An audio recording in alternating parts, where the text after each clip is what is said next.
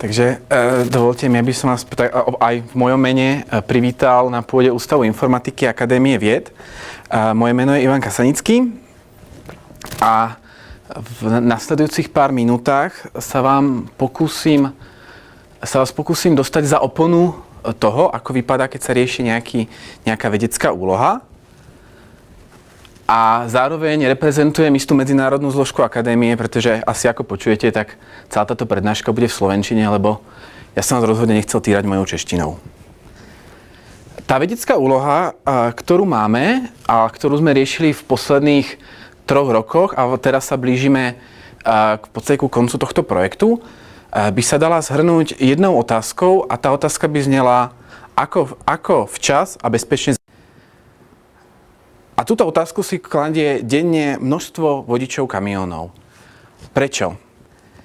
Iste viete, že väčšina tovaru v Európe sa dnes preváža kamiónmi po cestách. Keď sa pozriete na akúkoľvek diaľnicu v Českej republike, tak je plná kamiónov. A takže byť vodičom kamiónu nie je jednoduché, je to pomerne stresujúce. A samozrejme títo vodiči musia robiť pravidelné prestávky, aby si oddychli, aby vyvetrali hlavu, aby bolo proste garantované, že nad tým volantom nezaspia. Ale nie len to. Oni tie prestávky musia robiť aj preto, že im to prikazuje akási norma Európskej únie a tá je pomerne striktná. Ja som tam vpravo, vidíte, taký veľmi zjednodušený nákres toho, ako musia robiť tie prestávky. Sú tam také 3 základné pravidlá. Vodič kamiónu nesmie šoferovať viac ako 4,5 hodiny v kuse. Po týchto 4,5 hodinách musí urobiť na 45 minút prestávku. Prestávka znamená, že on musí zastať a vypnúť motor. Vodič kamiónu nesmie v rámci jedného dňa šoferovať v súčte viac ako 9 alebo 10 hodín. Tam sa líšia rôzne typy dní. A zároveň počet takých dní, kedy on šoferoval 10 hodín, môže byť v týždni iba 2. To znamená, ak on dnes bude šoferovať 10 hodín, zajtra šoferovať 10 hodín, no tak v piatok môže šoferovať už maximálne 9 hodín. Po 6 dňoch musí mať jeden deň voľna. To je ďalšie pravidlo. Ďalšie pravidlo napríklad hovorí, že keď bude 6 týždňov za sebou, každý týždeň 6 dní šoferovať, tak ten 7 týždeň musí mať voľno. A týchto pravidel je viac a sú ešte komplikovanejšie a komplikovanejšie, takže tí vodiči naozaj nemajú jednoduchú úlohu rozhodovať si a správne si plánovať tie prestávky. Zároveň všeobecne je pomerne známy fakt, že parkovacích miest pre kamióny je v Českej republike, na Slovensku a vôbec celkovo v celej Európe pomerne veľký nedostatok. Takže tí vodiči sú ešte aj v strese častokrát, že on vie, že mu končí tá doba jazdy, musí pomaličky zaparkovať, ale nevie, či bude mať kde. Takže môže sa stať, že sa dostane do takej veľkej dilemy, či dostane pokutu za zlé zaparkovanie, že zaparkoval niekde, kde to není dovolené, alebo dostane pokutu za to, že presiahol dobu jazdy, maximálnu dobu jazdy. Pričom kontrolovať tie doby jazd, či sa dodržujú, není moc zložité, pretože každé nákladné auto má záznamové zariadenie, tzv. Tachograf, a všetky firmy, všetci vodiči musia informácie z tohto tachografu uchovávať a oprávnený orgán, polícia, má právo kontrolovať to nejakú históriu spätne. A tie pokuty sú naozaj veľmi, veľmi vysoké. My by sme radi takýmto vodičom s ich rozhodovaním pomohli a tá idea, ktorú sme mali, je nasledovná. Predstavme si, že by sme boli schopní nejakým spôsobom odhadnúť, koľko aut je na jednotlivých parkoviskách v Českej republike v tejto chvíli a pomocou nejakých metód skúsiť odhadnúť, koľko aut bude o nejaký časový okamih, napríklad o hodinu. A túto informáciu nejako potom distribuovať vodičom. To znamená, predstavme si jednoduchý príklad, vodič ide niekde z Moravy, z Brna do Nemecka. On vyrazí, približne z Brna do Prahy je to nejakých 200 kilometrov, veľmi hrubo, vodič je nejakou tou 80-kou s tým kamiónom, nejaký čas strávi prejazdom Prahy. Takže približne po 3 hodinách je niekde za Prahou na diaľnici D5 smerom na Plzeň a do Nemecka. To sa blíži ten jeho čas, už vie, že ja za hodinku 15 budem musieť stáť. No a teraz budem môcť mať kde zaparkovať. No a optimálne, niekde tam ako v ďalekej budúcnosti cieľ, je, že by sme im dokázali napríklad pripraviť takúto aplikáciu, ktorá by tomuto vodičovi povedala, že keď pôjde touto rýchlosťou, ktorá ide v súčasnosti, tak za 3 km bude mať prvé parkovisko, toto by bol nejaký čas dojazdu, bude parkovisko, ktoré bude ale plné s najväčšou pravdepodobnosťou, tam nezaparkuje. Ale za 18 km, kde bude teda za nejakých ďalších 10 minút, bude parkovisko, ktoré bude s najväčšou pravdepodobnosťou voľné a bude tam môcť zaparkovať. A on sa takto vlastne ako pôjde, bude sa môcť rozhodovať, či zaparkuješ na tom parkovisku, pri ktorom prechádza, alebo ešte môže 10 km, lebo mu ostáva posledných pár minút ísť a bude mať kde zaparkovať. Samozrejme, na to, aby sme niečo takéto dosiahli, musíme mať nejaké data. Proste nemôžeme si to tucať z prstu a potrebujeme nejaké data. A tu máme šťastie, že v Českej republike všetky autá na 3,5 tony podliehajú mýtnemu systému. To znamená, vy určite viete, že na diaľniciach a na niektorých cestách prvej triedy a väčšine rýchlostných ciest sú také mýtne brány a každé nákladné vozidlo na 3,5 tony musí mať takúto krabičku na čelnom skle a vždy, keď to vozidlo prejde popod tú mýtnu bránu, tak tá krabička komunikuje s tou bránou, menia si nejaké informácie, tá krabička zaplatí ako keby za použitie tej cesty, toho daného úseku a zároveň tá mýtna brána pošle informáciu, toto a toto vozidlo prešlo týmto a týmto úsekom v tejto a v tejto chvíli. Pričom do nejakého centrálneho systému, kde sa všetky tieto informácie zbierajú, sa tá informácia dostane do 5 minút. Takže pomerne rýchlo sa táto informácia tam dostane. Takže máme data, máme problém a máme cieľ, ktorý by sme chceli dosiahnuť. Takže celý náš projekt si môžeme rozdeliť na nejakých 5 základných úloh. Tou prvou úlohou je pozbierať dáta z mýtnych brán. No, to už vypadá, že asi mýtne brány vidíte na cestách, tak to už by v podstate skoro mohlo byť aj hotové. Druhou úlohou je nejako ich spracovať, pretože asi si viete predstaviť, že tých kamionov je veľa a tých dát bude každý kamión, každá brána, každý okamih. Tých dát bude veľa, len rádovo sú to 100 000 transakcií každý deň. Tou treťou úlohou, ktorú my potrebujeme nejako odhadnúť, koľko tých kamionov je teraz na tom parkovisku. A keď toto budeme vedieť, tak sa môžeme pokúsiť predikovať, koľko ich tam bude o 10 minút, o 20 minút, o hodinu.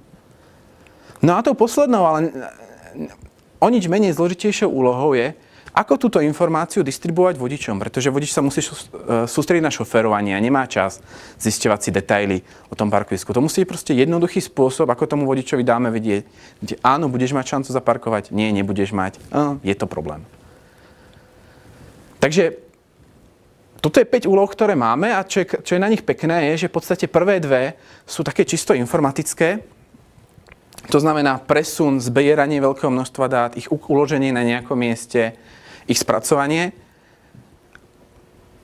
A v podstate do veľkej miery už boli hotové a preto my na tomto ústave sme mali najviac roboty s úlohou 3 až 4, to znamená, a bola to naša hlavná úloha, odhad, koľko aut je na parkovisku v súčasnosti a ich predikcia do budúcnosti.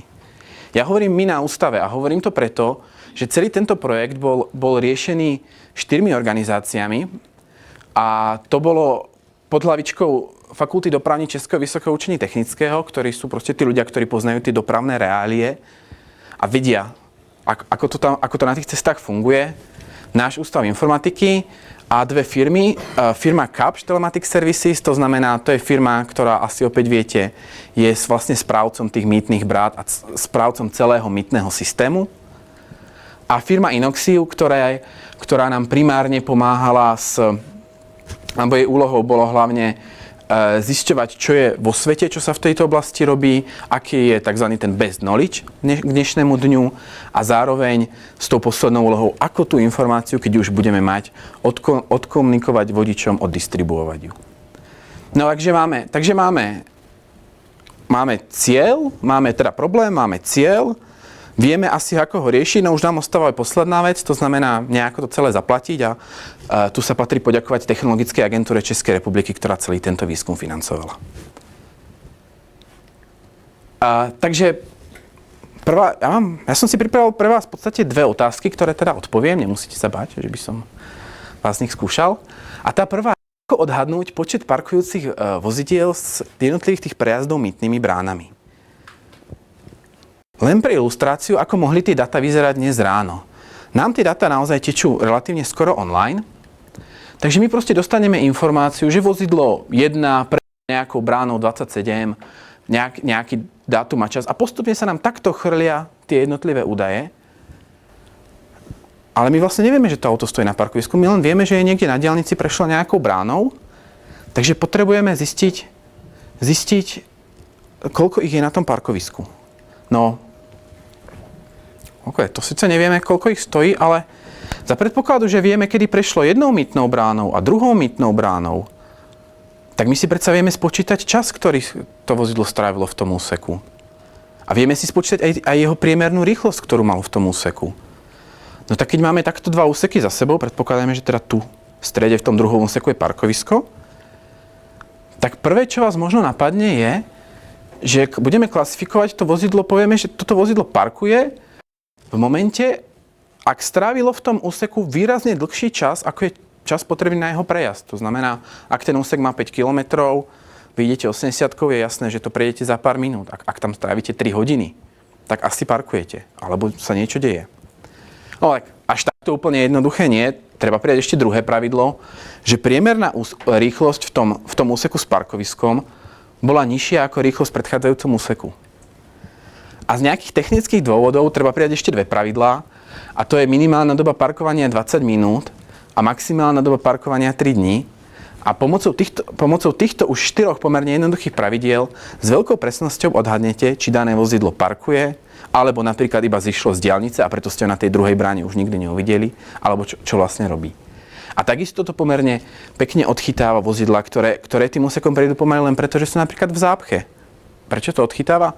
No pretože ak on je v zápche a ide pomaly, tak pôjde pomaly aj na tom predchádzajúcom úseku. A to druhé pravidlo ho neidentifikuje ako parkujúce. Čo je veľmi zaujímavé pozrieť sa je, aká je dĺžka parkovania týchto vozidiel na tých jednotlivých parkoviskách. Tento graf sa volá tzv. Histogram a na x-ovej ose máte intervaly alebo dĺžky parkovaní, nejaké intervaly. To znamená, toto je dĺžka parkovania medzi 20 a 40 minútami a výška tých stĺpčekov hovorí, koľko vozidiel za obdobie približne 1 roku na vybranom parkovisku parkovala medzi 20 až 40 minútami. A tu na tomto grafe sa dá pekne ilustrovať tie jednotlivé pravidlá, pretože ja som hovoril, že základné pravidlo hovorí, že vodič musí po 4,5 hodine zastať na 45 minút. A vidíme, že najviac vodičov parkovalo približne 40 minút až 1 hodinu. To je presne to prvé pravidlo prestávok vodičov. Ďalšie dva extrémy vidíme na 9 a 11 hodinách a je to preto, že vodiči musia mať 9 a 11 hodinové povinné súvislé pauzy a to súvisí s tým presne, v ktorom je v rámci toho týždňa, v ktorom je tom dni. Či išiel 9, či išiel 10 hodín a tie pravidlá sú mierne zložitejšie. A samozrejme, my sme to museli ešte overovať, toto sú ako vymyslené, nie sú to vymyslené, sú to namodelované data. My sme to overovali s reálnymi meraniami, takže niekoľko našich kolegov strávilo doslova niekoľko dní na parkoviskách a čiarkovali si, značili si ešpezetky kamiónov. Ale ja momentálne trošku preskočím vyhodnotenie tej presnosti a dostanem sa k nemu neskôr. Takže snáď mi uveríte, že pomocou týchto 3 pravidiel, alebo tých 4 pravidiel, my vieme odhadnúť, koľko vozidiel v súčasnosti je na danom parkovisku. Tak poďme predikovať. Vieme, koľko je tam teraz, poďme predikovať, koľko ich tam bude o chvíľku. Na to sa používajú metódy matematickej štatistiky a ja som pôvodne chcel vám to nejak jemne vysvetliť, ale asi by sme tu strávili viac a obávam sa, že by som vás uspal. Takže ja vám len veľmi stručne naznačím, ako to robíme. My predikujeme počet vozidiel v nejakom danom časovom intervale, momentálne je to nastavené na 5 minút a do predikčného modelu dávame nasledujúce informácie. Aktuálny počet vozidiel na parkovisku, deň v týždni, ktorý je dnes, a hodina v rámci dňa, na ktorú chceme predikovať. Tak prečo tam aktuálny počet vozidiel na parkovisku, to je asi jasné. Ak je teraz na parkovisku 10 vozidiel, tak o 5 minút ich tam nebude 100 ani 1000. Ani naraz všetky neodídu. Deň v týždni je tam napríklad preto, že cez prázdniny niektoré kamióny nesmú jazdiť, sú obmedzené. Môžu napríklad jazdiť cez prázdniny, cez víkend, môžu jazdiť iba autá, ktoré prevážajú rýchlo kaziaci sa tovar. Takže to zrejme bude tiež ovplyvňovať. No a hodina v rámci dňa, no tak nezameňte, ten kamión šoferuje človek, ktorý musí ísť na obed a ľudia radi obedujú o 12. Takže zase nejaké hodiny v rámci dňa je väčšia tendencia tých aut parkovať. No a ako ten model schematicky vyzerá? No my na začiatok musíme odhadnúť aktuálnu obsadenosť. To znamená, odhadneme koľko aut je na parkovisku, pridáme k tomu informáciu o tom, aký je deň, aká je hodina, a predikujeme o jeden časový krok dopredu, o tých 5 minút.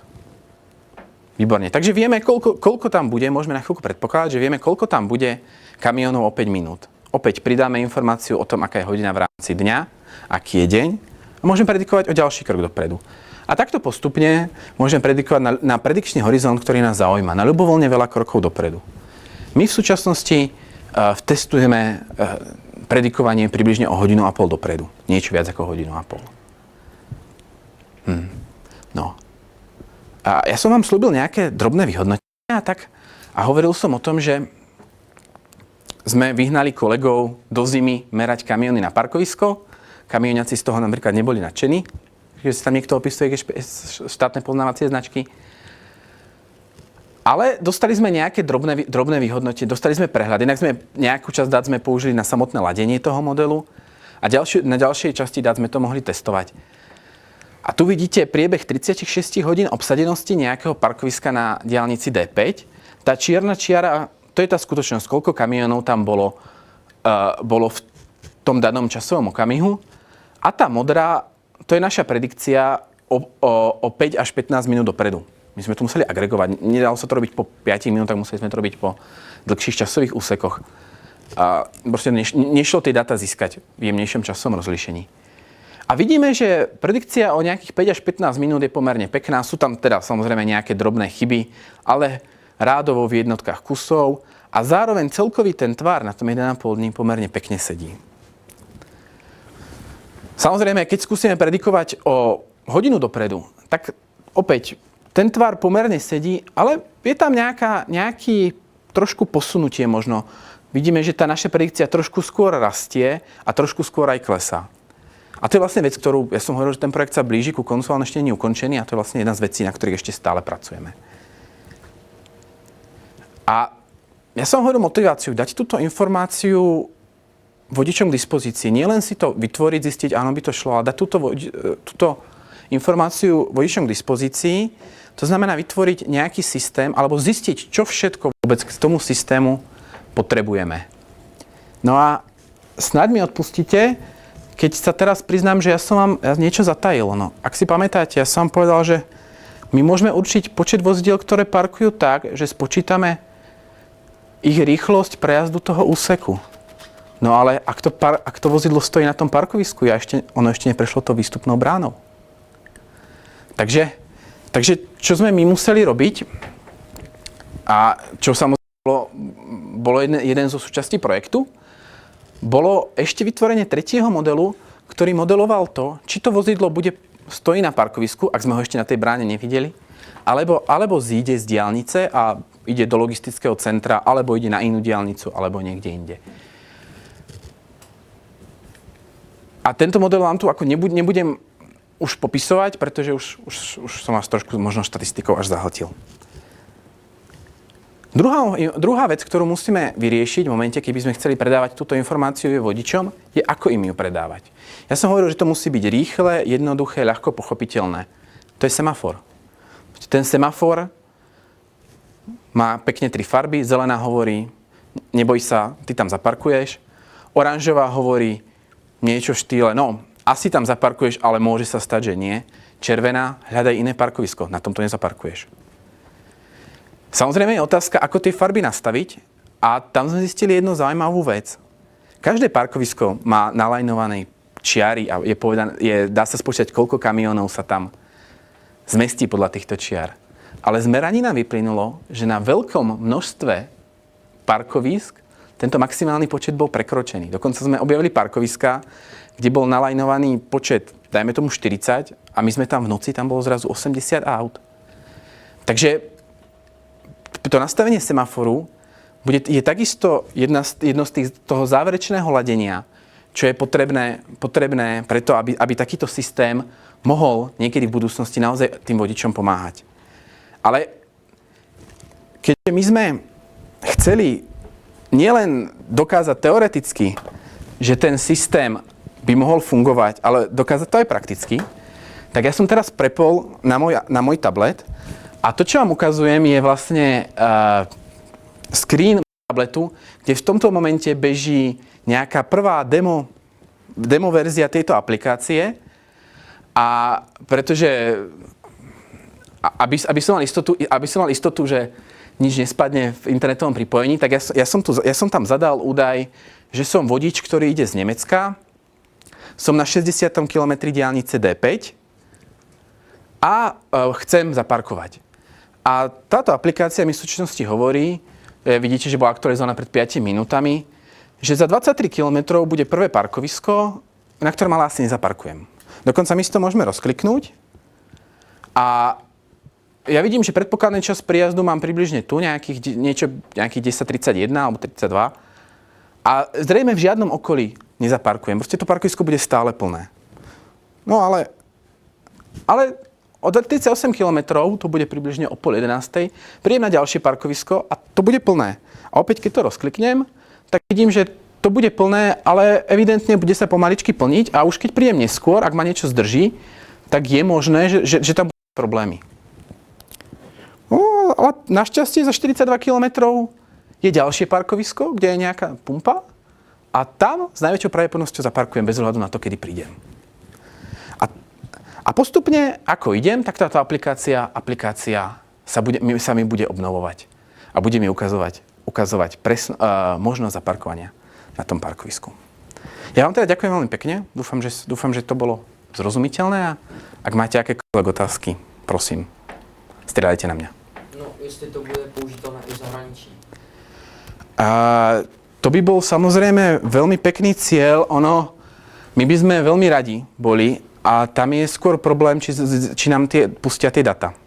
Či budú k dispozícii nejaké takéto data zo zahraničia. Pretože v súčasnosti sa tento systém spolieha na mýtne data, na data z mýtnych brán a už dostať data z mýtnych brán z Českej republiky je viac ako technicky právny problém, pretože tie data sú samozrejme extrémne citlivé. Ale v zásade ten systém je použiteľný, pokiaľ dostane data príslušné.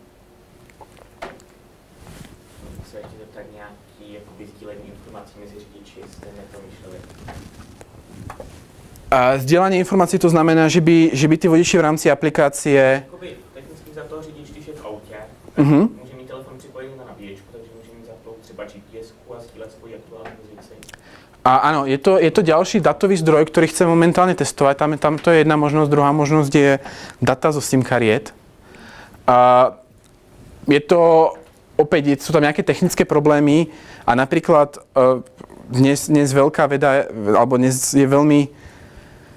Musí sa byť opatrný s tým, keď chcete po aplikácii, aby vám spätne odosielala data. Nie každý by bol ochotný. Samozrejme, jedno z perfektných upresnení by bolo, keby v tej aplikácii vodič mohol kliknúť ja tu parkujem. No nebo by mohl kolik předpokládá, že bude parkovat.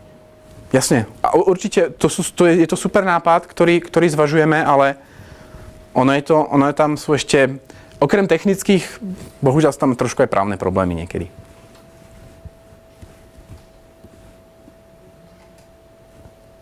Zřejmě už máte našlápnuto, abyste si přidali.